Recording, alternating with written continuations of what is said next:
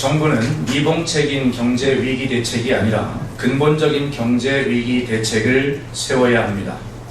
정부의 경제 정책 실패로 각종 경제 지표가 심각하게 악화되고 있습니다.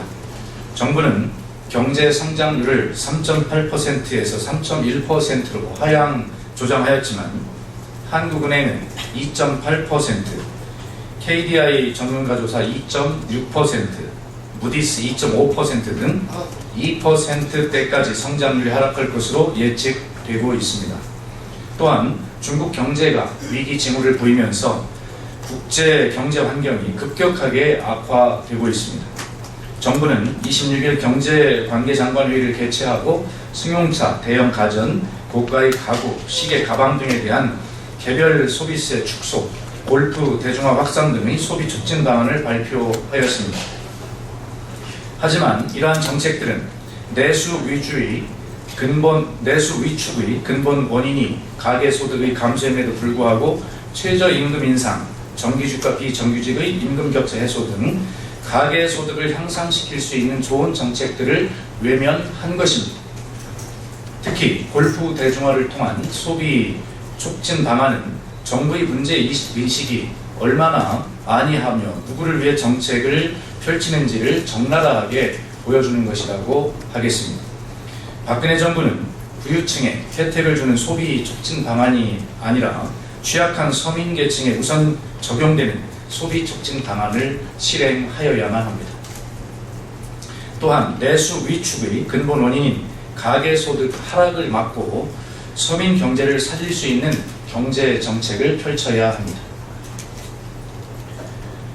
이기택 대법관 후보자의 도덕성과 청렴성을 꼼꼼하게 검증하겠습니다.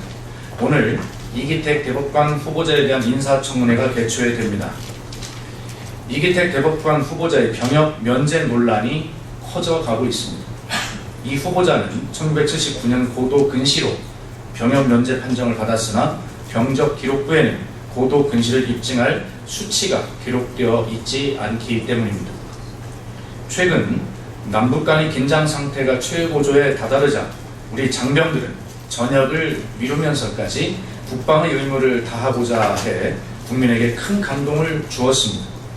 반면 박근혜 정부 국무위원 중 병역 논란을 빚은 사람은 31%, 14명에나 이릅니다.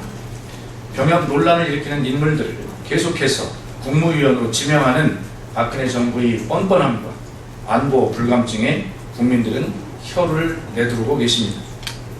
대법관은 민주주의와 인권을 수호하는 최고의 보루입니다. 또한 고도의 도덕성과 청렴성이 요구되는 자리이기도 합니다. 새정치민주연합은 이기택 대법관 후보자가 대법관으로서의 자질과 능력을 갖추고 있는지 꼼꼼하게 검증할 것입니다. 박근혜 대통령은 두 장관의 발언과 거취에 대해 분명한 입장을 밝혀야 합니다. 박근혜 정부와 새누리당의 관심사는 오로지 총선 승리뿐인 것 같습니다. 가계부채는 1130조 원으로 사상 최대치에 달하고 있고 소비도 0.3%포인트나 줄어 서민 경제는 최악인데 25일 새누리당 의원 연찬회에 참석한 최경환 경제부총리가 내년 경제 성장률을 3% 중반대로 복귀할 수 있도록 함으로써 총선 일정에 도움이 되게 하겠다라는 발언을 하였습니다. 또 정종석 행정자치부 장관은 총선 필승이라고 건배사를 외쳤다고 합니다. 예산을 총괄하는 기재부 장관과 선거를 총괄하는 행자부 장관이 여당의 총선 승리를 외치고 있는 것입니다. 이러한 발언은 선거 개입 의지를 드러내는 것으로 공직선거법 제9조가 규정하는 공무원의 중립 의무와 선거 관여 금지 조항을 정면으로 위반한 것입니다. 특히 정종석 장관은 정치적으로 가장 중립을 지켜야 하는 자신의 직분을 망각한 것으로 해임의 사유에 해당됩니다. 박근혜 대통령은 두 장관의 발언과 거취에 대해 분명한 입장을 밝혀야 할 것입니다. 그것이 내년 총선을 관권 선거로 치르게 한다는 국민적 의혹을 해소하는 길입니다. 우리 새정치민주연합은 두 장관에 대한 해임 건의안과 탄핵 검찰, 고발 등 강력한 대응을 검토할 것입니다. 이상입니다.